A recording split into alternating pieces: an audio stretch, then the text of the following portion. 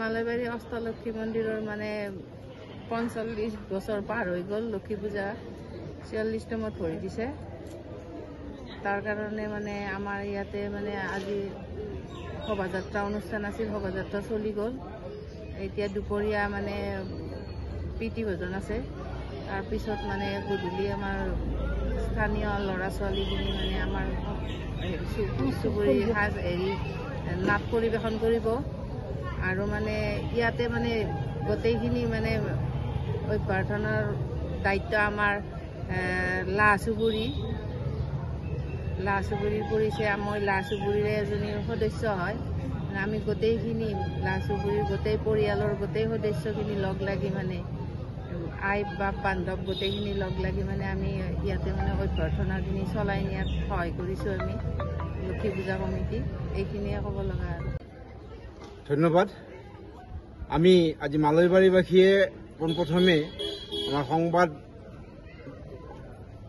কৰ্মীক ধন্যবাদ জ্ঞাপন কৰিছোঁ।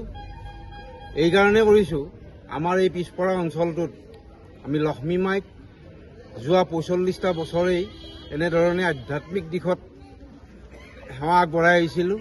এইবেলিও আমি আমাৰ সমূহ মালয়বাৰীবাসী ভক্তপ্ৰাণ ৰাইজে একগোট হৈ লক্ষ্মী আইৰ শ্ৰীচৰণত সেৱা যাচিব আমি ইচ্ছা প্ৰকাশ কৰিছোঁ।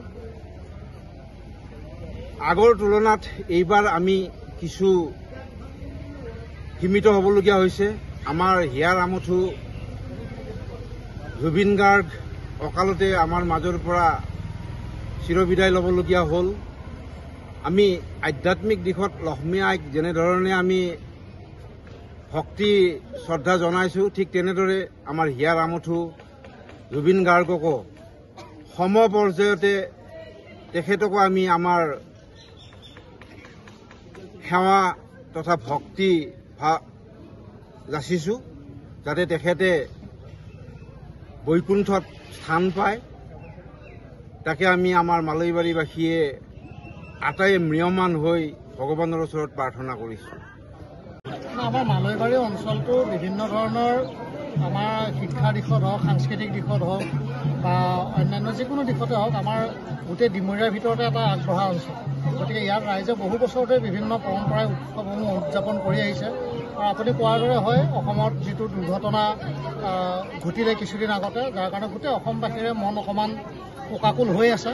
তাৰ মাজতো ৰাইজে পৰম্পৰা ৰক্ষা কৰি যিখিনি তেওঁলোকৰ পৰম্পৰাগত অনুষ্ঠান এইখিনি কৰি আছে। আৰু তাতে আজি আমাকো নিমন্ত্ৰণ কৰাত আমি তেওঁলোকৰ লগত সহযোগ কৰিবলৈ পাই সুখী হৈছোঁ। Thank U.